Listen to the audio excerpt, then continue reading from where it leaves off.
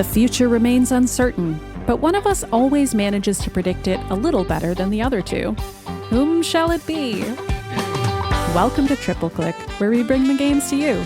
This week we go over our video game industry predictions from 2025 and see which of us got the most correct from their list. Of course we make predictions for the year to come. Is this the year that Waluigi goes to Hollywood? I'm Maddy Myers. I'm Jason Schreier. And I'm Kirk Hamilton, and Happy New Year, friends. Happy New Year. Happy New Year. Hello. Happy New Year. Here we are. It's good to be back. Pow pow, fireworks going off in the background of this recording. They're not literally. Mm-hmm. That would be tough. Last week I was on vacation in the Dominican Republic in Punta Cana, which is gorgeous, and my kids had a blast. We were at a resort. It was a lot of fun. Went swimming at the pool, hung out at the beach. And then on Saturday, the U.S. invades Venezuela, and someone on one of my group chats, I didn't even think about this, someone on my group chat is like, hey, Jason, you know they canceled all the flights from the Caribbean. And I'm like, oh my God. And then I look into it. Turns out somehow we were supposed to fly the next day, and somehow we lucked out because the Dominican Republic was not included in the cancellations. Every other Caribbean island pretty much was canceled flights on Saturday. We were supposed to leave Sunday anyway, but yeah, we could have been screwed, or at least majorly delayed, or we could have had the benefit of having a whole new, like an added week on our vacation, which has its pros and cons. So I'm actually in a group chat with Marco Rubio, so I asked him if he could. I was like, we really need Jason to be back next week. And your Signal chat, yeah. Yeah. We explained about the predictions, and of course he's a huge fan, so we already knew, and he was like, we gotta get Jason back in time for that predictions episode. It's mostly a thread to talk about video games, but sometimes, we talk about national security. What is Marco Rubio into? What does he play? Helldivers. Does that surprise you at all? He's a huge fan.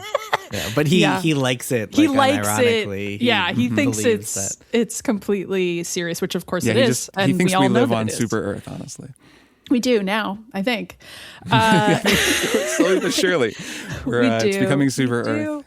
Yeah, and if you love living on Super Earth along with the rest of us, then you love Triple Click. And that means that perhaps you might want to get just a little bit more Triple Click in your life than you ordinarily receive.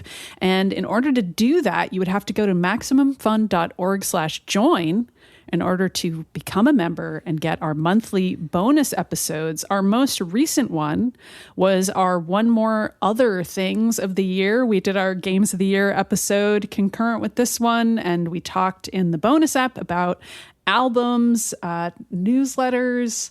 I'm trying to remember the other ones. Podcasts, movies, and books. That's right. And TV shows. TV shows, yeah. So we did a whole roundup of our One More Things of the Year. All the stuff. And we got another bonus up coming down the pike, which we can say now, which is that we all watched the first season of a show called Pluribus, and we all and we're gonna do a Beans cast about that for this month coming up. So definitely check that out. There's a whole host of bonus episodes in there. So MaximumFun.org/join is where you gotta go to get those bonus apps and also support the show. I mean, that warm fuzzy feeling, that doesn't go away. Bonus apps or no, it's all worth it. Yeah. Okay. Jason, what are we doing today? I mean, we already teased it. Everybody knows it. It is time. It's the annual predictions episode. Everybody's highlight of the year. This week, we are going to go through our 2025 predictions and see who won our bet and make some new predictions for 2026. So just as a refresher for everybody out there, every single year, each of us makes 10 predictions plus a bonus for the year to come. And then we all pick a game. Each of us picks a game. And whoever wins the prediction bet, that game is selected for us all to play throughout the year. So whichever of us wins today's bet of 2025, we will play that game in the months to come. And the losers don't play that game. They get punished by not getting. They don't actually get to play any games that year. That's right. Exactly. We only play what the winner wants us to play for the entire year. We just don't make that obvious. Exactly.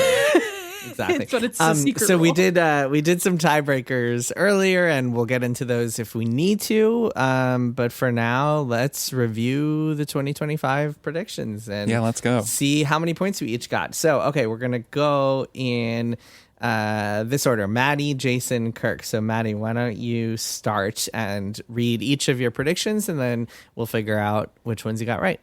Sure thing. So, oh wait, actually start with the game. Oh yeah, sure. Why not? My game was Super Metroid. So if I win my predictions, we're going to play a frankly amazing video game. Yeah, so no complaints there. We're all pulling for it, right? I mean, we did get to play my game last year, and it was pretty good. So it's true. You have a good track record. Good taste. Okay, 2025 predictions. The first one was a Deadpool video game will get announced. Not only announced, but it came out, folks. There was a Deadpool VR game. I would say I won this one. You sure did. Got a point. Yep.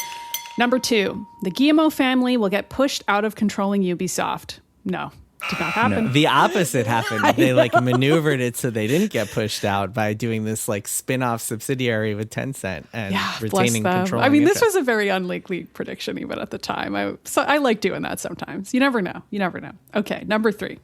Metroid Prime 2 and 3 will get remasters released on the Switch in 2025. Also didn't happen. Nope. Not even going to reprise this one. Sadly. I've given up on this. I don't know. Number 4, a full-length film will be screened in Fortnite. Also didn't happen.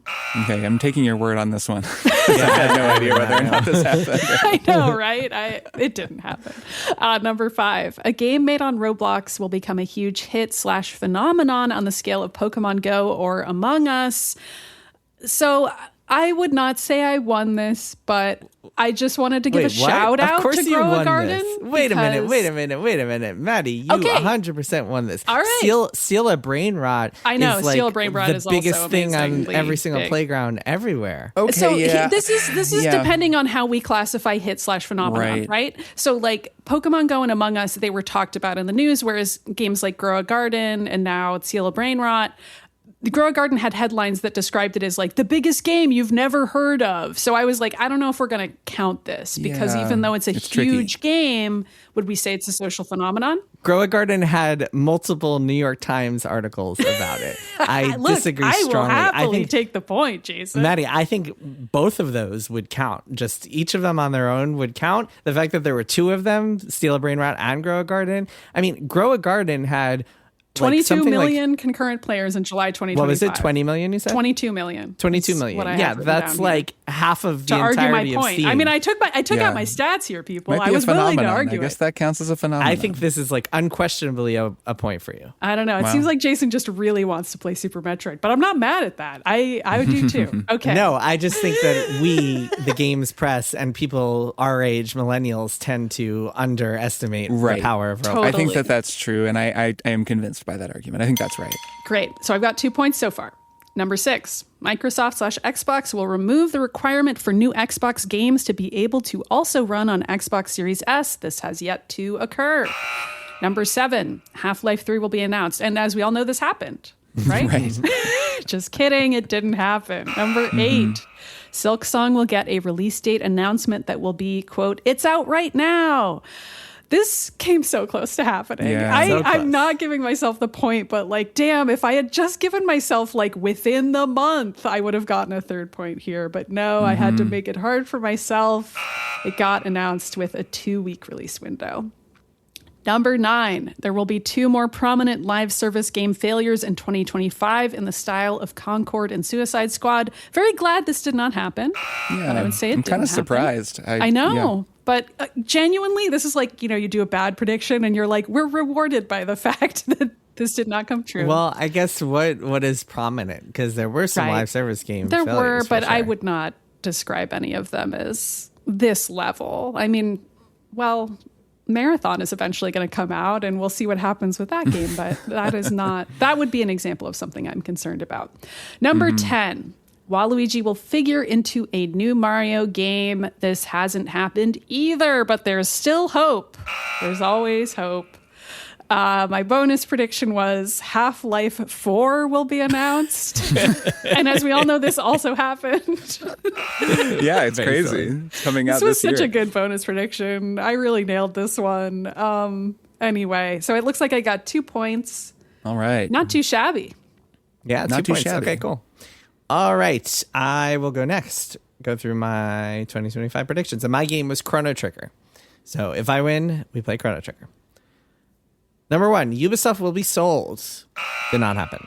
No. Although the year before this one, I think 2024, I predicted that Saudi Arabia would buy a video game company. I know, which you did. We're always off by a year. We're always with off by a year, predictions. yeah. This is why it's good to sometimes reprise a prediction from a previous No, year. for sure. It's true. But we always pick the wrong ones. so I we're know. crushed. I know. I know, we're I cursed. probably did that this year too. Number 2, an Xbox Studios game will be nominated for Game of the Year at the Game Awards. Nope, didn't happen. Nope. Number 3, a non-VR Half-Life game will be announced. Nope. Number 4, a single-player PlayStation game will be announced for PC within 3 months of its PS5 release. Nope. Number 5, Ace Attorney 7 will be announced. Nope.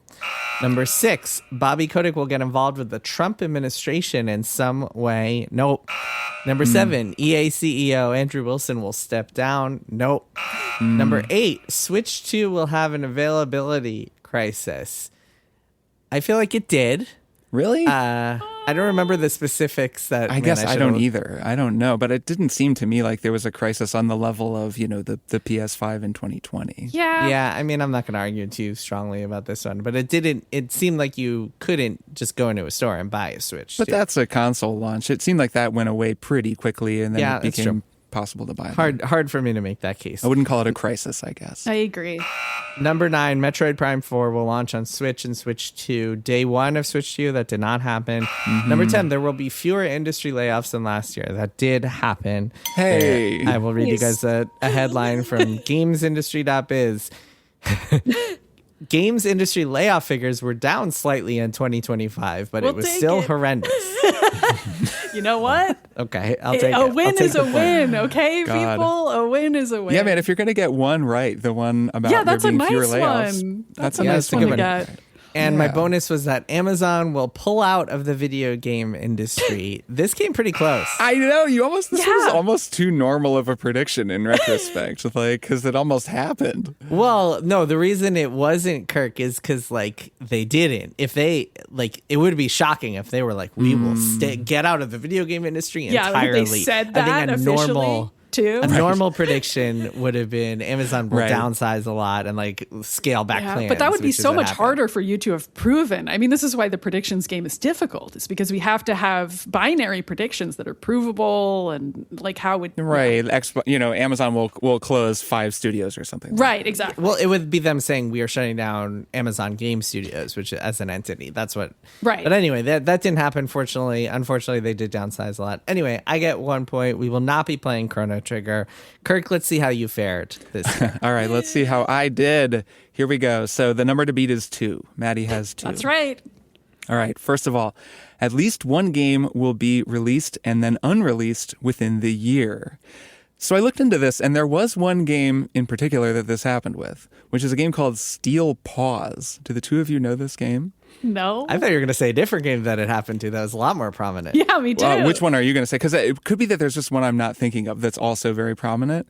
But Steel Paws was from Yu Suzuki's studio. It was published by Bandai Namco. I've got the Wikipedia page here. None of us played it, but it was a real video game. It was released by Netflix and then unreleased by Netflix the same year. So it was released in March by Netflix and then unreleased in November. I'm going to drop the link into the Discord so you guys can look at it.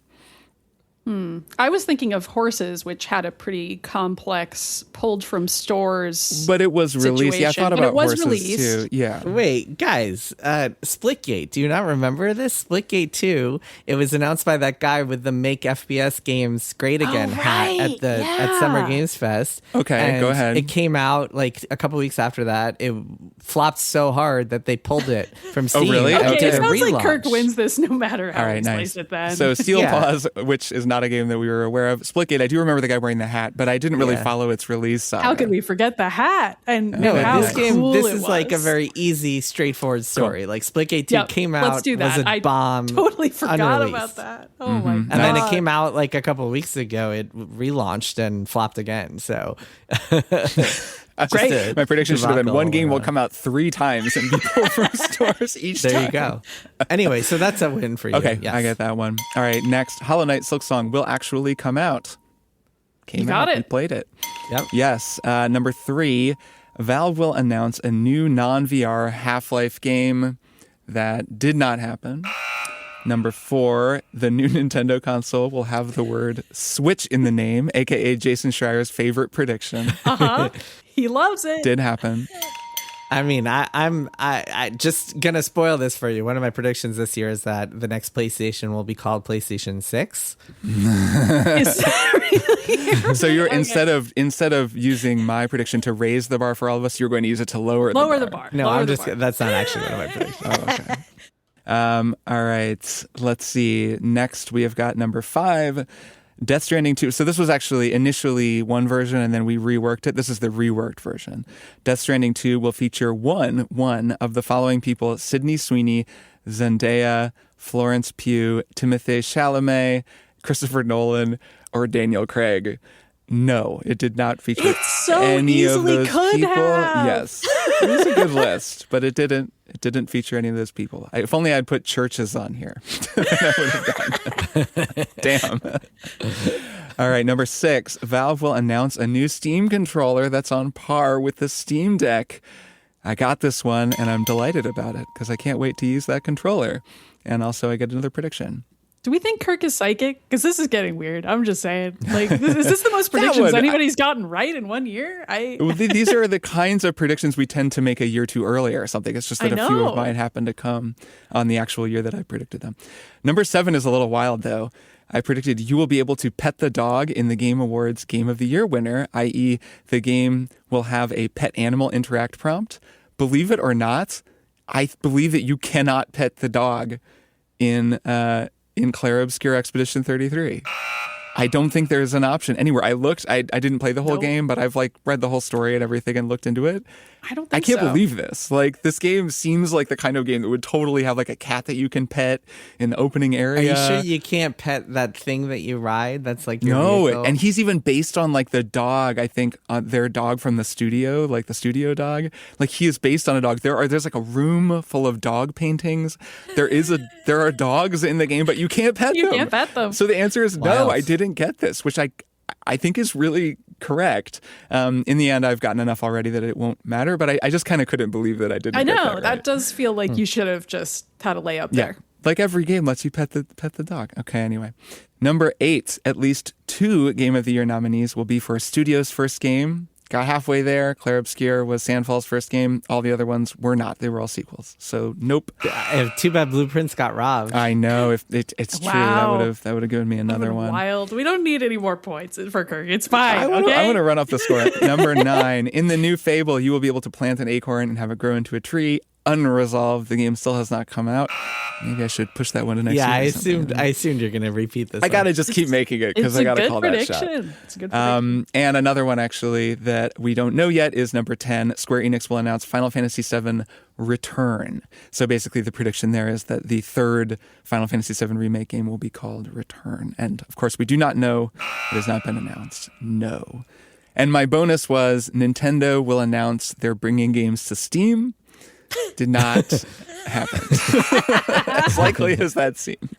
I feel like Kirk forgot to say the game we were all going to play, which really Well, upped the because drama. now we get to find out what we're going to That's play. Because true. Kirk is So, the runaway winner with 4 points. I know. So Kirk, what are we Four, playing? With 4 whole points, I win. We are going to be playing Soma. Yay. The A horror cool game Soma, which is going to be pretty fun, I think. It's not super long, and it is very thought-provoking and interesting. So I think we'll probably play that just for a spoiler episode in the main feed. We'll talk about it down the road, but I think we can just, anyone who's thinking about replaying that or playing it, just play the whole game, because you got to talk about the whole game and all the spoilers and everything. So I think that's just what we'll do. We'll play it. We'll talk about it. Yeah, we'll figure out the timing and then tell people in advance so they can play it alongside us. Yeah. Anyway, there we go. It's cool. I played it back in the day, and I remember really loving it. So I'm excited to talk about it again with you two.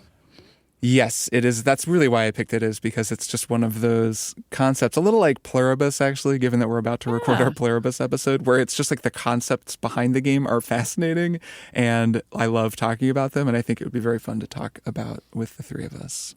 All right. It is time for 2026 predictions. We're going to rotate. It's going to be me and then Kirk and then Maddy. Here are some quick rules to preface this whole thing. Rule number 1, no inside info, aka no predictions that are based on things that we have heard about from people we talk to within the video game industry. Rule number 2, no game delays. Too easy, too obvious. Too many games get delayed all the time. And rule number 3, this is a new one for this year. We decided it would be too boring to make predictions about whether Grand Theft Auto 6 will come out this year or not. So instead, we all decided we will each pick a specific feature of Grand Theft Auto or a specific element of Grand Theft Auto to make a prediction about. So we're going to get a little specific, a little granular. Right. And if it doesn't come out, then all three of us just don't get that. Then one we just lose that point. Which seems kind of equal. And then, I mean, in the spirit of Kirk predicting that the next Nintendo console will have Switch in the name, I went a little bit easier on myself this year, although not that easy. There's some things where like I can't actually make a prediction because of that inside info rule. So like I'm looking at like the calendar for the year and like the game companies, and I'm like, oh, well, I can't make any Blizzard predictions because I know everything Blizzard is doing. I can't be like, oh, they're going to announce this thing at BlizzCon because I kind of already know. That said, still have 10 predictions and a bonus for you all. You guys ready? Mm-hmm. Okay, so my game is going to be Chrono Trigger again. Not letting it go. Because that just feels like I'm sick of picking games that'll feel like punishments for you guys, and I feel like Chrono Trigger is a good one that we'll all actually really enjoy. I get it. Okay, number 1. Grand Theft Auto 6 will have an in-game version of TikTok. Like you can make TikTok videos on your phone. It does seem likely, but in the spirit of easier predictions, that seems pretty likely. Do you think that I think that's like been in trailers that there's like social media on phones. Do you think that part of it is like you make your own videos? Yeah, you have to it has to be use something it, that you right? actually It has to be use and post interactable to? in some way, right? In-game interactive version, I should Got say, it. of TikTok, where you can make a video of yourself or whatever. You can make a video of something in the world and then put it on this social media feed. It can't just be that you're scrolling through videos. Or that it's in a cutscene that the characters are using. Yeah, it has to be something that is like a feature in the game. Or whatever. Sure. It's a part of it's a feature in the game. All right. Number 2, Persona 6 will be announced. Number 3, Xbox will announce that first-party games will no longer be day one on Game Pass. Yeah, this is a ballsy one. Yeah, sure. And people will be calm about it. Just feels like something that they might do. Number 4, the Steam machine will slip to spring or later because of RAM issues. RAM You want to pricing, keep because of pricing RAM issues? You don't want to just keep it as Oh, no. slip? I mean, I guess that's kind of in parentheses. Okay, got it. Like I'm that. like, you're making assuming this that's really gonna be hard why. for But no, yourself. I'm just saying Steam machine will slip. And it's currently announced for what? What's the date now? Early 2026, they've said. Early 2026. Okay. I mean, spring or later is like, isn't that like April or something? Like that's pretty soon. That's still Okay, early. let's say summer or later. Summer or later. Let's say summer or later. I think that's fair. Agreed. Summer or later. Sure. Because they said early 2026. I mean, when I hear early, I think February. But yes, April, I guess, could. Let's say summer or later. So June or later, let's say. Also, Chrono Trigger is a good game. Yeah, I mean, this is the thing, is that it's fine if somebody thank you. wins. Like, I'm somebody putting has to in win. June or later to be more specific than summer. Agreed. Okay. 5, another Elden Ring DLC or sequel will be announced. Okay. 6, Danganronpa 2x2. You guys remember this? This was announced a few months ago. It's a remake of Danganronpa 2 called Danganronpa 2x2. Will secretly be Danganronpa 4. Okay. This is the theory that you shared that is pretty exciting. It is. That's my So theory. And The now way it's that we decide that is basically this is a continuation of the end of the story after the end of Danganronpa 3. Yes. Okay. Sure. Or I guess it feels like a sequel in some way. Yeah, It doesn't have to be yeah. a continuation necessarily. It's Because just the idea is it's kind of build right now is like it's Danganronpa 2, like a remake of Danganronpa 2 or something. yes, with extra content, they're saying. And I'm saying that Extra like it'll be content being a whole new game. yeah, well, so I'm saying it'll be substantial enough that it'll like feel like a new game and not just like a bonus scenario for Danganronpa 2. Sure. I think we'll know it if we see it. Number 7, another Zelda remake will be announced. Okay. Number 8, one of this year's Game of the Year candidates of the Game Awards will be two-dimensional, 2D, or HD 2D, which counts for the purposes of this. Okay. You mean like it'll have really flat, underdeveloped characters? Yes, exactly. Which, I mean, wasn't that last year's? Oh, hey-oh. Bada bing, bada boom. No, so like I was thinking about Mina the Hollower, could be a few others that kind of qualify Or for like if this. Absalom had Absalom would qualified, qualify. yeah, that kind of game. Hades 2, or maybe you can make the argument. I'm not sure. But I mean, That's Silk isometric. Song is 2D. Yeah, Silk yeah. Song. Yeah. If it's Silk Song Sea of Sorrow, then that definitely qualifies. But yeah, so I'm saying one of this year's Game of the Year candidates will be 2D or HD 2D. Number 9, Final Fantasy XIV will be overhauled again. A Realm Reborn. It'll get another big overhaul that'll be announced. Won't necessarily happen this year, but it'll be announced this year. Yoshida, the director of the game, has kind of hinted that they need a fresh start. And I think that this year they're going to announce like some big, massive, something more than an expansion, something that's really just like a complete overhaul of the game. Okay. Will they call it a Realm Reborn? Is that your We prediction? can't hold them to They that. will- As they good will as call that it- name is. They would call it a Realm Rebirth. That should be your bonus prediction, is that they'll call it a Realm Reborn. A Realm Reborn Rebirth. Revengeance. Number 10. This one is the most mean-spirited, but I don't know. I got to go with my gut here. Marathon will peak at less than 10,000 concurrents on Steam. You know, I had a similar prediction that I took out because I thought it was too mean, but sure, dude. Jason will go there. Yeah, all right, yeah. With apologies to everyone out I there know. listening who may work at Bungie. It's one of my or extra is predictions that I associated. might have to put back in if y'all overrule any Yeah, of we're mine. worried about that game. I think that's justified. Yeah, we're worried, Yeah, okay? I We're just- concerned. I'll be happy if this doesn't happen and we don't have to worry about layoffs and whatnot. Yeah, that's My the thing. bonus is that EA will sell or shut down BioWare. EA will sell or shut down BioWare.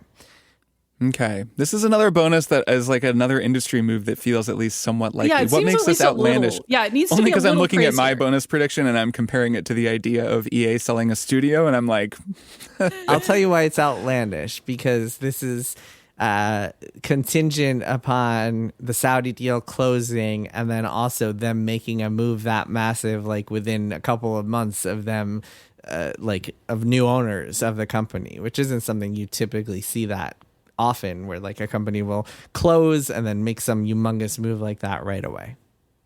That's true. yeah, I mean, it seems unlikely. It's just more in the realm of reality. Listen, Chrono Trigger's a good game. Yeah, listen to Maddy. I've never Yeah, played it. Chrono I don't Trigger's even a good know. game. And That's true. Kirk, by the way, you got a point for saying that the next Nintendo console will have Switch Hey, in we the aren't name. allowed to use that as a bargaining chip, okay? Because if we it's- are, then I am. So my issue, I should just say, like, it's not really like with the prediction, like the likelihood of it. It's more that these crazy predictions, like, they're kind of worth 2 supposed to be points. a little more ridiculous, or I don't know, like that's just a little more like, yeah, something that might happen.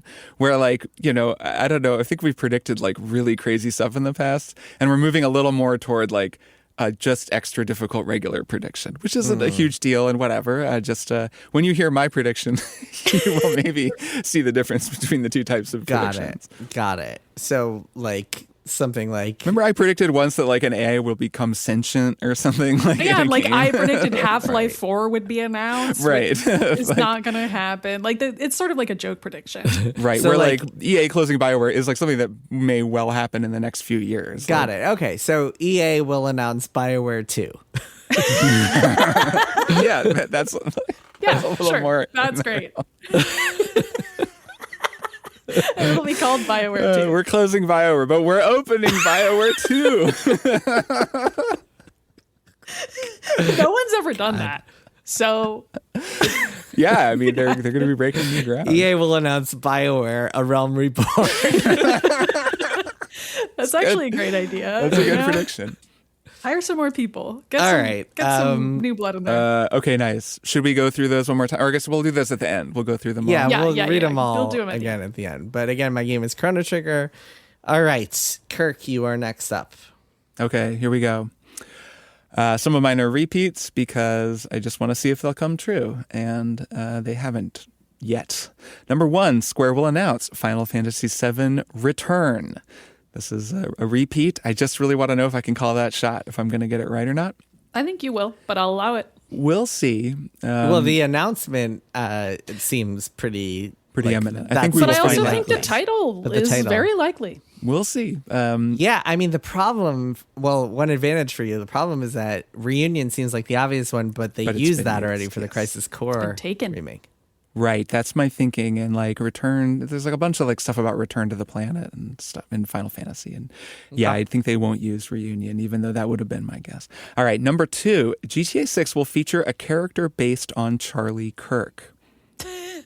Oh, God. So initially I was thinking that your character would like kill this character. I don't think that that's exactly GTA's speed though, but I do think that there'll be a controversy about this because there's a character who's like pretty clearly based on him, like not just like a right-wing provocateur or whatever. Yeah, but I feel like that's the hard part of your prediction actually, is proving that the character is based on Charlie Kirk as opposed to being sort of a template right-wing.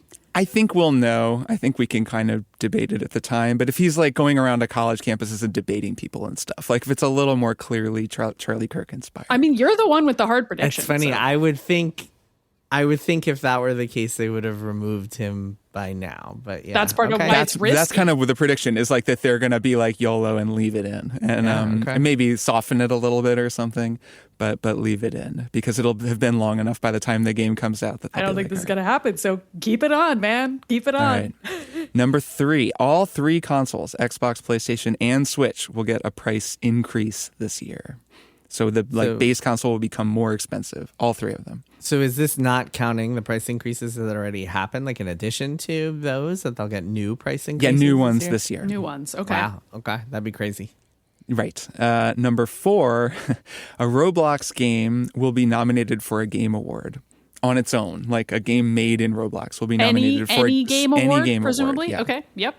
And this doesn't count, obviously, like Roblox getting nominated for best community support or whatever. Like it has to be. It needs to be an individual game, specific game. Yeah. Understood. Or a Roblox, native game. They should have a category. Maybe at some point they'll do a category for like games made within other games like Roblox and Fortnite. Yeah, or just best Roblox game. I guess Roblox has its own award ceremony, so they do like they don't even need the Game Awards. Okay, number 5 is a repeat. Valve will announce a new non-VR Half-Life game. Let's go. It's finally going to happen one of these years. When you say non-VR, what if it's it's playable in VR and also in non-VR?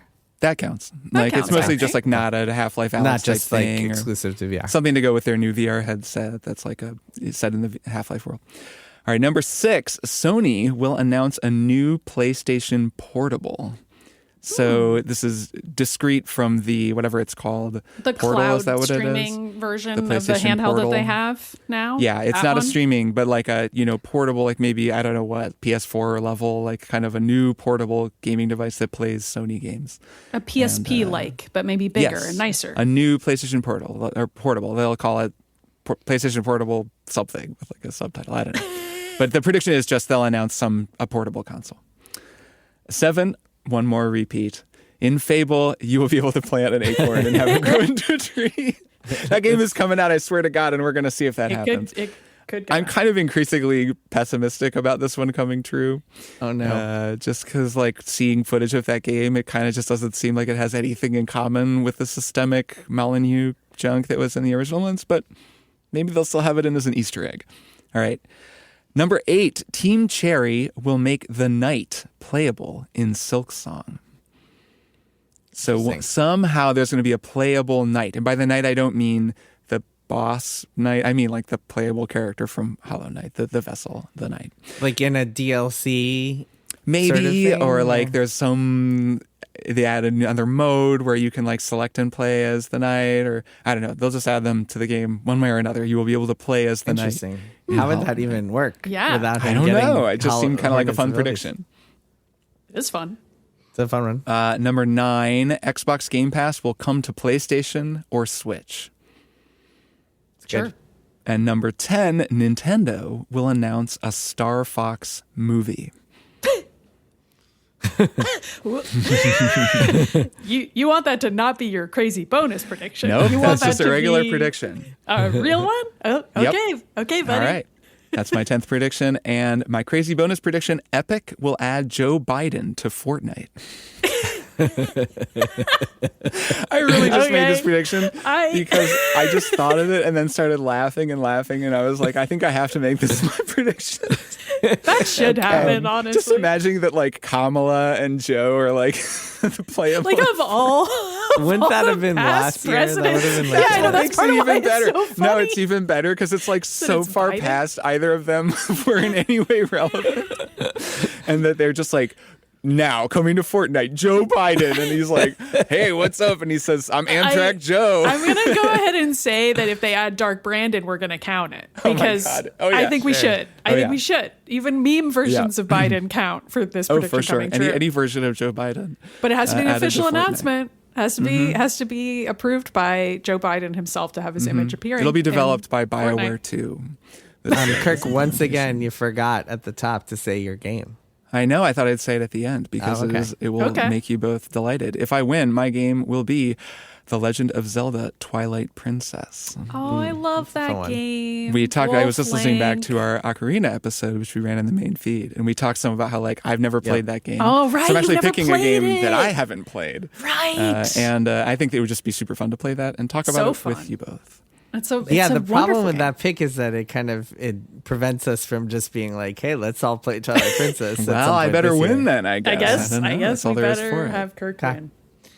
Maddie, you're up. Okay, number 1. In Grand Theft Auto 6, Lucia will be revealed to be queer / not only attracted to men. It's trendy. I just feel like it could happen. Yeah.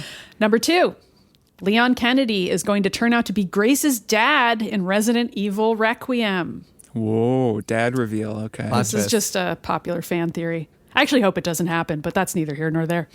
Number 3, a AAA game advertisement will brag that the game doesn't use generative AI.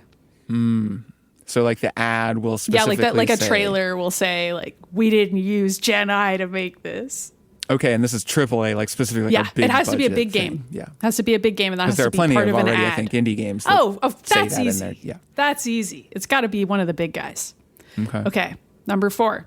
Laura Kinney, aka X-23, will have a cameo in the Wolverine game.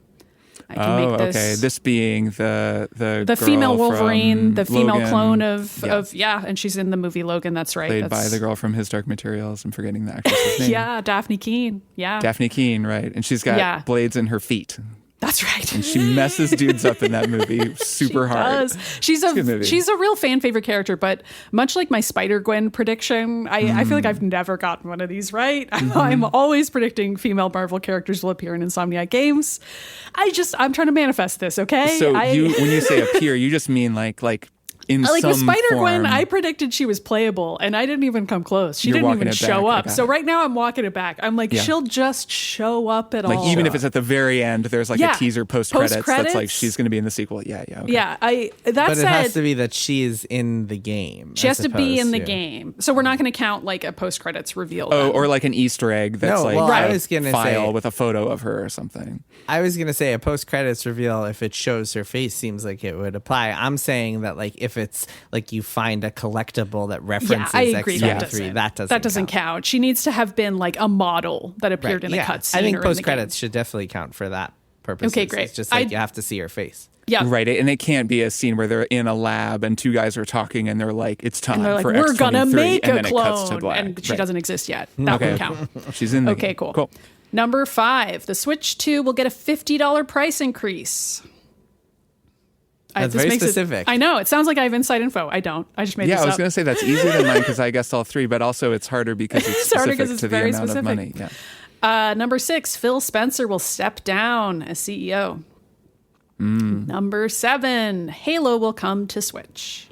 That wasn't announced that it's coming to Switch? I guess not. It's just heavily rumored, Okay. near as I could tell. So, I mean, you can always overrule me if you feel like it's too No, heavily I rumored. just didn't Again, I have remember no if- inside info on any of these. These are just things I think could happen. No. This isn't. I just didn't remember if the remake was announced for Switch too, but I guess it wasn't. It wasn't that I could find. Okay. Okay, number 8. FF7 Remake Part 3 will get a release date. Well, that would have to be a specific date. Yes, it would have to be a not date. Spring It would have to be a specific 2027 date. or something. That's right. Like that. I'm saying date. I'm saying they've given it a date. And even if that date changes later, that doesn't matter. It just gets a date. Yep. Okay. Number 9. Waluigi will be in the Mario movie sequel. Waluigi. Yeah, Not Waluigi. Wario, but Waluigi. No, Okay. no. Who cares? Well, we need this Waluigi is in the there. spirit of last year's prediction that Waluigi will be in a Mario I game. just feel like that guy has got to show up sooner or later, okay? Sure. We're all waiting for Waluigi. I just think he's a cool guy. Number 10, Luigi's Mansion 4 will be announced. Okay. Here's my bonus prediction. This is part of why I clowned on one of Kirk's predictions. Nintendo will announce a Metroid film. Given Metroid Prime 4, that seems even less likely. But Exactly. I was like, this seems crazy enough that it won't happen. Possibly Well, ever. that's definitely not far-fetched to your point earlier, Kirk, about the bonus ones. But it that's would never. true. Okay, should I make it more? No. I'm not saying. I mean, mine is EA will What- sell / shut down / announce a sequel to BioWare. You know, like they'll announce a Metroid movie that's entirely in first person. I don't know. Okay. You know, trying to think. It's a silent film. I think entirely first person would be. It's a pretty- snuff film. Silent film. Yeah. Can you imagine a Metroid film? I mean, how would they go about announcing that it was silent? Like that's in the ad. They're like, don't worry. They're like, no talking. A legend comes to the screen. We heard you guys hate all the talking in Metroid, so Silence. Okay, here I'll make it a little harder, even though I don't know why I'm doing this. No, It's you not don't gonna have to. happen I either way. think you're fine. All Yeah. right, fine. The game that I chose is BioShock 1. I just thought this would be fun for us Oh, to replay sick. Yeah, that'd be great. and talk about. It's Great an old-timey episode to talk game. about that, yeah. Would you kindly, etc. Just thought it'd be a fun one. So those are my predictions. Cool. Nice. All right, so all of our predictions will be in the show notes as always, so you can peruse them easily. And yeah, we're excited. We'll be keeping tally throughout the year and seeing what we have to play. As for now, we will be playing Soma at some point. When we're off there, we'll discuss when we're going to play it, and we'll let you all know so you can play along with us. All right, let's take a break, and then we'll be back with one more thing. I'm Jordan Crucchiola, host of Feeling Seen, where every week I have a different actor, director, or writer as my co-host. And whoever that co-host may be, it is a sure bet that we are digging deep and having a great time doing it. I love that you just said that. Yeah, I mean, if I were going to join a cult, I think this might be it. A fresh look at your favorite film and a peek behind the curtain at how movies get made. Oh, okay, I'm gonna tell you this whole story. Okay, Okay, I please. almost got fired from that movie. You should be listening to Feeling Seen. I had so much fun. I love what you're doing. I hope I did okay. New episodes every week on Maximum Fun. On Judge John Hodgman, the courtroom is fake, but the disputes are real. Brian would say, I'm the Gumby of this family. He's just not. Claiming to be Gumby is an un-Gumby-like claim. No, it's just Gumby and I being our authentic selves. So what's your complaint? Too many sauces? There are no foods on which to put the sauces. Have we named all the sauces on the top shelf yet? Not even close. You economize when it comes to pants. Truly, it's not about the cleanliness of the pants. Well, why isn't it? This is what I want to know. Judge John Hodgman, Fake Court, Weird Cases, Real Justice. On MaximumFun.org, YouTube, and everywhere you get podcasts. And we are back, Kirk and Maddy. It is time for one more thing. Maddy, kick us off. I have been playing a video game called the 100-Line Last Defense Academy. Hey. I have joined with the two of you in playing a really great game. Of course, Jason has already completed it and gotten all 100 endings, apparently, so perhaps joined is the wrong word. I'm jumping on the bandwagon. I mostly am saying this because I want to convince more of our listeners to try this game. I think most people would hear, like, kind of, oh, it's got 100 endings, it's 100 hours, the real game doesn't even start until you're 30 hours in. I mean, these are all turnoffs when I hear them. But I just wanted to say, I really love this game. I think the story is thrilling and exciting. The mysteries are gripping. It's kept me really glued to it and fascinated by it. I think the characters are clever and funny. There's a lot of moments that I laughed, especially in the first 30 hours. There's some kind of low stakes plot lines that unfold. And then there are some high stakes plot lines that unfold later on, life or death plot lines. But I just really enjoy all of these characters and hanging out with them. And there's a lot of twists and turns along the way. So I'm really digging it. And I also just think that even if you hear, oh, the game doesn't really start until 30 hours, those first 30 hours are still pretty freaking fun. I just want to go ahead and say that. Also, Kirk talked about it a little last time around when this was his One More Thing, but there are strategy battles that kind of interrupt the visual novel piece of the game that is the bulk of the game. A lot of this game is reading, but the strategy battles are really, really fun. And I just dig it a lot. I think that blend of two super different kinds of gameplay really works for the game and just has made it a favorite of mine, and probably would have made it onto my Game of the Year list if I had managed to play it earlier in the year. I'm just playing it now because why not? So yeah, I really recommend it just all around. If you like a good story, and also if you like something that kind of has Danganronpa vibes, but has some of that turn-based tactics stuff, like what we were talking about when we were discussing how great Final Fantasy Tactics is. It's kind of like it's not quite like that, but if you like that sort of thing, you'll probably like the tactical gameplay in this as well, because it's turn-based and grid-based at least, and you have a bunch of characters with different kinds of abilities to control. And yeah, I'm just digging it. So once again, it's called the 100-Line Last Defense Academy. I think more of our listeners should check it out. It's really good, really fun. I'd say the strategy combat is a little bit more like Into the Breach or like Tactical Breach Wizards, That's where it's more just trying to solve a puzzle by like doing things in optimal order, as opposed to Tactics, which is more like an RPG in that you can customize your characters and your loadouts are more important than what you're doing. Yeah, there's very minimal customization in 100-Line. It does exist, but you're right that it's not as like half the game, or perhaps over half the game of Final Fantasy Tactics is customizing your characters, whereas in 100-Line it's kind of rudimentary, but still there. Yeah, it's exciting that you're both playing through it, because it makes me feel like we should do a Beans cast, a spoiler cast, where we really dive deep into this game.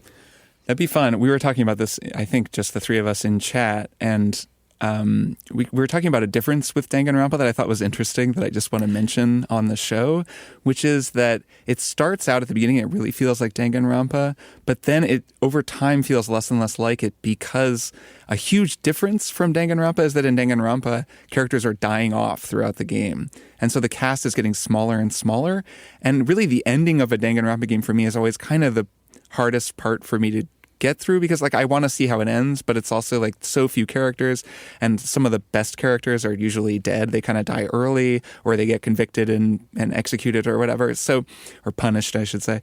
So this game has the opposite effect, where everybody sticks around, and then because of the branching nature of the narrative, like you actually get more characters the further in you are. So once you're like 40, 50, 60 hours into the game, you have the biggest cast ever, and things are even more complicated, and you've gotten to know every character so well. That's like a great structural change that really allows you to get to know the characters. One other thought is, I do kind of want to do a Beans cast on this. It's so freaking long.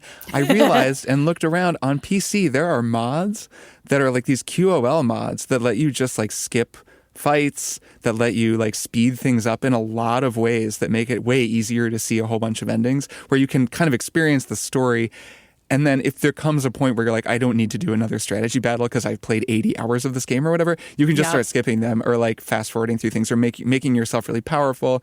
Exploration quests, you can just fly through them, or you can have infinite resources to just make stuff, make it so that your social links level up faster. Like you can speed the game up in a lot of ways to like reduce that friction and make it so you can just focus on the story. And I think I'm going to mess around with that and do that because that seems appealing to me, given how much I've played at this point and how I want to see a lot of endings. But I'm kind of like, okay, like I have other things I want to play. I have other things I want to do. Yeah, I get that. I'm not at that point quite yet, but I could see myself getting there. I'm already starting to hit the point where I'm like, okay, another battle. I really just want to see what happens next in this part of the story that I've now entered into, because I'm just trying out different choices and seeing where they lead. So that's a really fun part of the game. The story just becomes the best part. And so I get how the other pieces are just the part you want to skip. You guys have no idea. Well, Jason has also warned us that some of the endings it's your are feedback. not... It's Jason, it's your warnings that make me think like I think I should do some things on my end to mitigate this stuff to make the game more enjoyable. I think that's a good idea. But even then, like some of the endings or some of the routes that you can go on are just so grueling and repetitive and monotonous that you have to I would recommend just kind of looking up which are the best ones and how to get those if you can find like a spoiler-free guide. At some point, I'm going to ask you. Yeah, or I'll tell you. Yeah. Yeah, why haven't you written a guide personally for I should. Don't you have enough to do? I should. Who's going to pay me to start writing game facts guides? For Bloomberg. The other thing I'll say is that like you can skip battles if you've already done them. Right. And you can skip explorations now, or at least I can. Yeah, they added that, I think. Finally. Which is nice. But the mod makes it so you can skip any fight at all. Like you can skip every fight for the rest of the game. Got it. Okay, Kirk, what's your one more thing?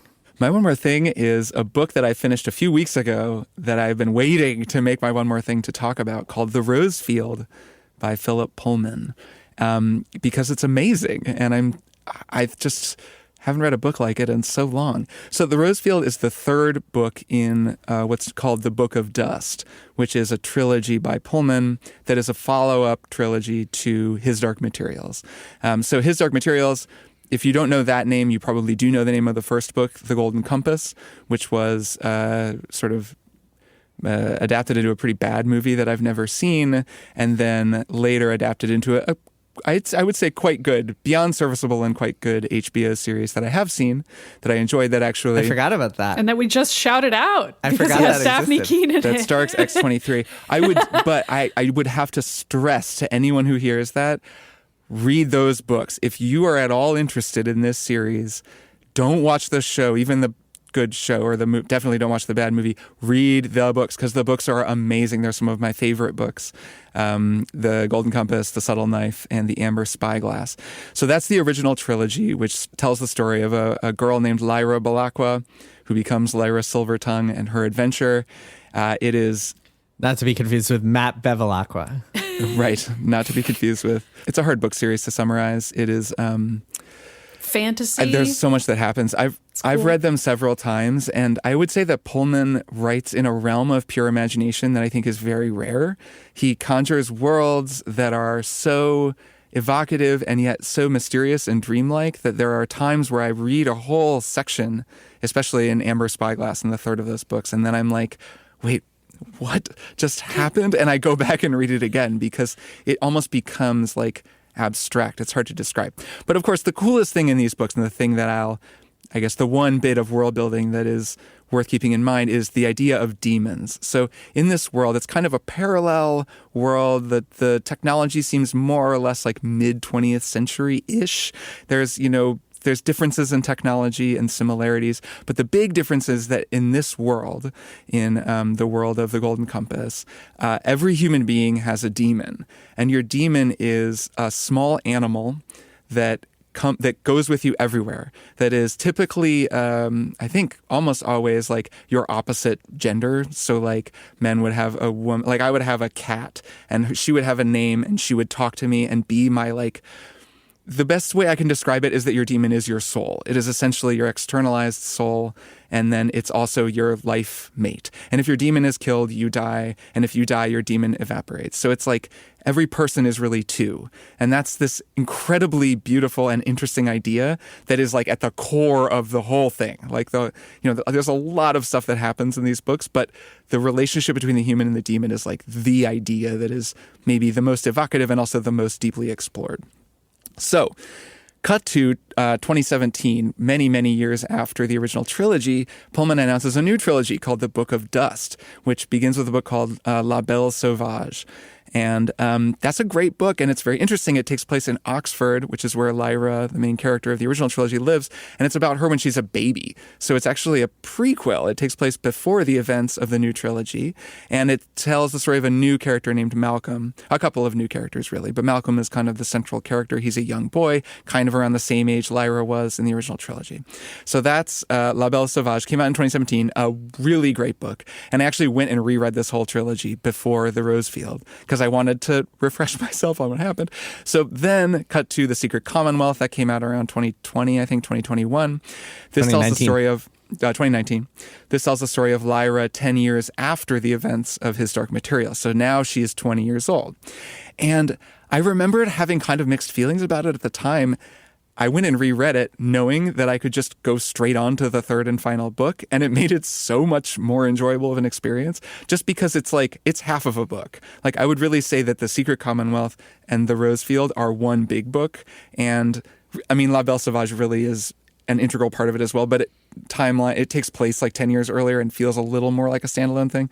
But it was so much more pleasurable to read Secret Commonwealth and then just go straight into The Rosefield. Anyways, this is a lot of build up to say The Rosefield is the final book. This is just a straight sequel to The Secret Commonwealth. It picks up literally immediately at the end. The Secret Commonwealth ends on a mother of a cliffhanger, and you're like, what? That's the end of the book? I have to wait 5 years, 6 years for the finale? Yes, people did. And now the finale is out. And so I read this book just in a kind of, I don't know, in a dream state. I just read through the entire thing. I couldn't believe that I was reading it. And it was such a bittersweet experience. I mean, this is, Pullman is 79 years old. He's getting pretty up there. His health is apparently not great.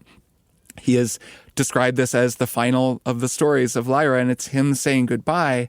And I just can't, I can't spoil anything about this book. It would almost be impossible to do so. But I can't believe this book. Reading it compared to every other book I've read in the last 4 or 5 years, it never does what you expect. He's just not interested in giving closure or in pursuing plot beats in a way that gives you the full satisfaction. Instead, he just explores these ideas, these really beautiful ideas about religion and capital and money and creativity and ultimately imagination. And that's what this whole trilogy is about. It's about imagination, especially these last 2 books.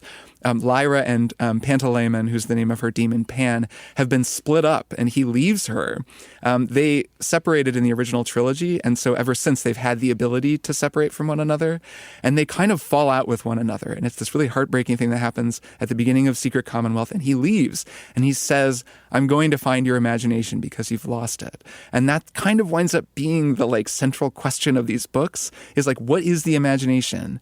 And what does it mean that Lyra has lost hers? And why did she lose it? These books she was reading, these thoughts she was having, what was it? And what's happening to the world? And is the world losing its collective imagination? Is that causing something to happen to the demons? And there are all these big questions. But throughout the book, and especially throughout Rosefield, characters just talk to one another about what the imagination is, and they never settle it. There are a couple of really beautiful summaries of what it is, how it's the world of thought and spirit becoming real, and the imagination is the process through which those 2 things are connected. But it never nails it down for you. It just leaves you thinking. And every conversation, the characters are saying, I don't even know what imagination is. I don't even know what dust is. They're still questioning that all these books later.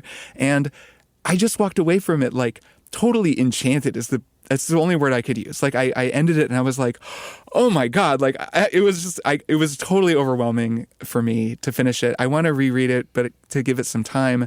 But I just haven't read something like that, a work of towering imagination, of pure fantasy, in a really long time, like that affected me as in such a complex way. So I just can't recommend it enough. It's a beautiful book. I'm sure anyone out there who's a fan of these series has been waiting for this book forever and has already read it. But I just wanted to say I read it.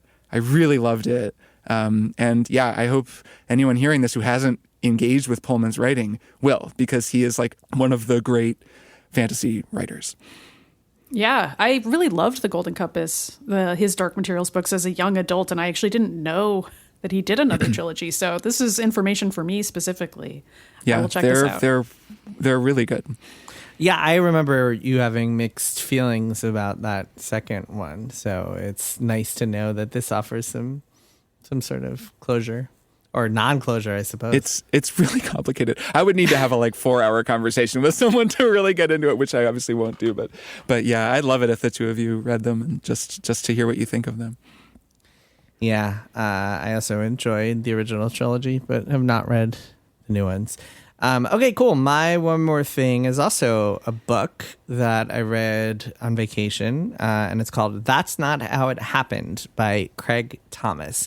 Craig Thomas is a former screenwriter who is the co-creator of the sitcom How I Met Your Mother.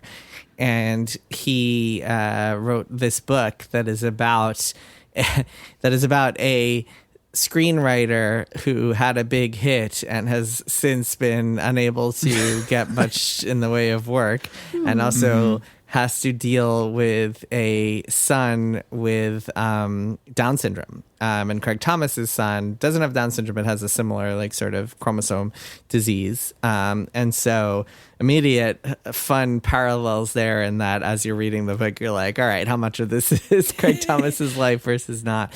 And it's a fun kind of breezy, not mind blowing, but a fun book. The story is that this screenwriter, wrote this film ages ago, and it was so popular that it helped carry him through his career. And it's about his life with his family, his wife, who feels underappreciated because she had to stay at home and watch the kids while he was kind of jetting back and forth between Hollywood and New York, where they live. And then the son, who has Down syndrome, and his ways of progressing through life and his struggles and how he operates in the world. He works at this coffee shop that has been set up by the wife who started this small business, this coffee shop that is for people with Down syndrome and other similar issues to work at. And then also the daughter, the younger sister, who feels underappreciated because she's neurotypical and just hasn't had the same issues as her brother, and therefore her parents just kind of assume that she's totally fine and they can just let her be and they don't have to pay her any attention. So it's a really interesting family dynamic. And the plot is that the wife, Paige, she writes this book about their family. It's kind of like a memoir about raising this kid with Down syndrome and what it's been like and what their journey has been like. And that memoir is picked up by this Hollywood star who then wants to turn it into a movie.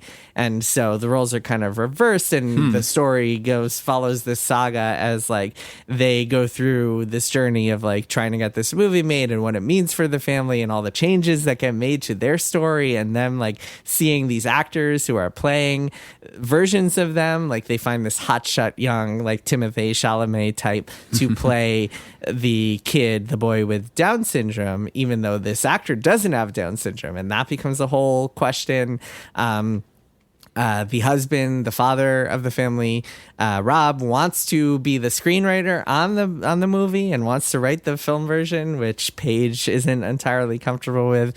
And so the way the book is structured, it alternates between each of the 4 family members' perspectives in these kind of short blurbs, which is a fun way to do it. It gives it a little bit of a cinematic quality and feels a little breezy. Again, it's not a literary novel by any means. It's not something where you'll be reading it and thinking about imagination the way you might come away from the book you just described, Kirk. But But it's fun. It's a fun read, and it's very fun reading something that kind of like feels in some ways like it might be a thinly veiled biography and trying to figure out what's true and what's not, what's based on this guy's life, what isn't.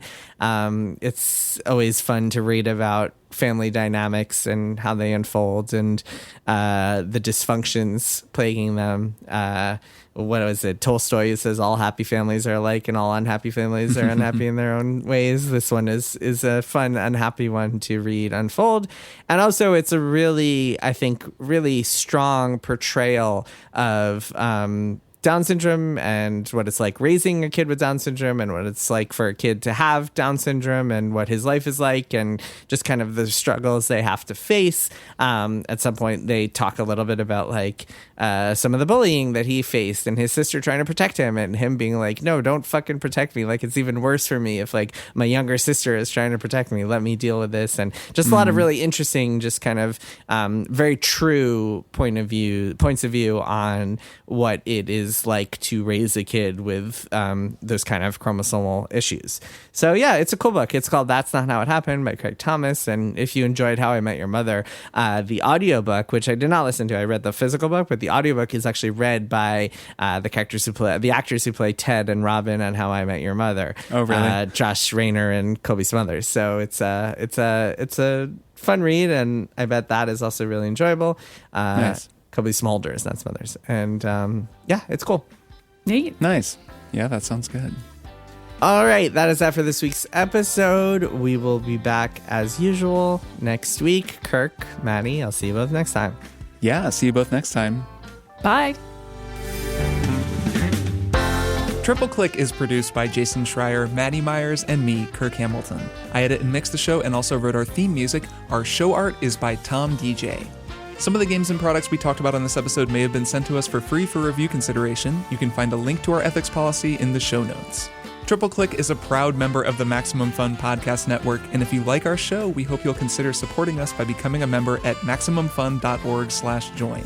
Email us at tripleclick@MaximumFun.org and find links to our merch store and our Discord server in the show notes. Thanks for listening. See you next time.